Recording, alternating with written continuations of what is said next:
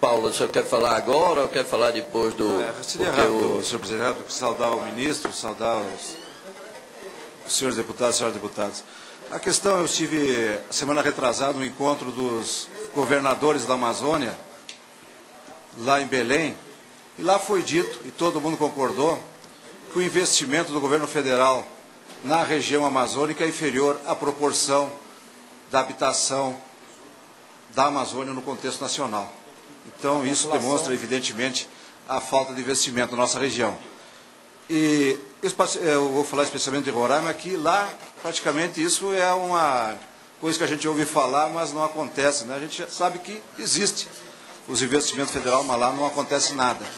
E Roraima, eu já disse, senhor ministro, uma vez para o senhor, Roraima é tratada pelo Estado brasileiro como fosse um Estado adversário, que fosse um Estado fora do país que devesse ser ocupado e subjugado até por força militar. É isso que está acontecendo no nosso Estado. Nós temos hoje, ministro, 6% da nossa área geográfica disponível para produção. 6%. O restante já foi sequestrado em questões indígenas, em questões ambientais e áreas institucionais. Então, Roraima, dentro do organograma nacional, está condenada ao fracasso dentro do quadro que nós temos aí. Então, eu não sei, eu até disse ao senhor que o governo passado do Lula foi o carrasco de Roraima.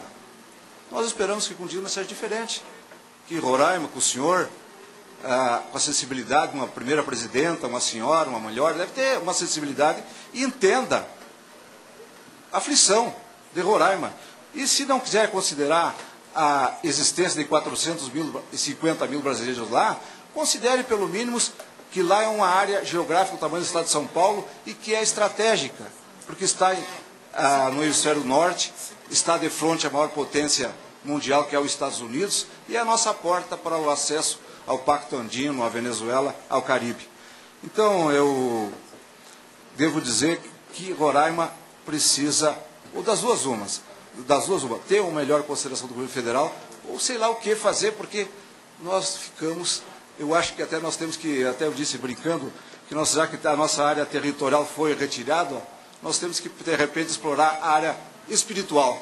E, de repente, fundar lá em Roraima uma religião, uma seita, e que incentive o turismo espiritual, o turismo religioso, como é feito em Meca, Medina e em outros lugares. Mas eu confio, ministro, que o senhor vai mudar isso. Obrigado.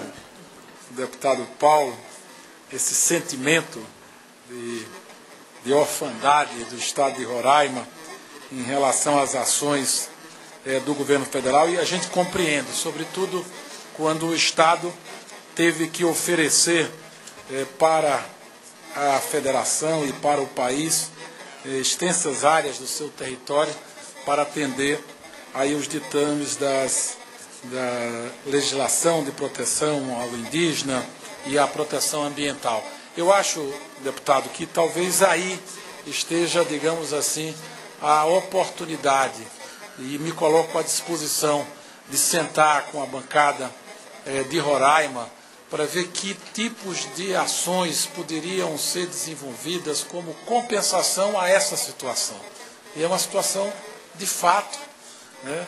E não se pode, digamos assim, condenar por uma decisão que vai em nome de toda uma federação, de valores que carregam, digamos assim, os compromissos de toda uma sociedade, não se pode, digamos, estreitar ou limitar os espaços para o desenvolvimento de um Estado tão importante como é o Estado de Roraima para o nosso país. Então, eu acho que aí está a oportunidade de a gente talvez reinventar o conceito de desenvolvimento e tentar, com a força do governo federal, viabilizar alternativas de atividades econômicas que possam dar aquilo que Vossa Excelência sonha, que é o dinamismo, a geração de emprego, de renda e o combate à miséria e à pobreza. Portanto, me coloco à disposição de Vossa Excelência.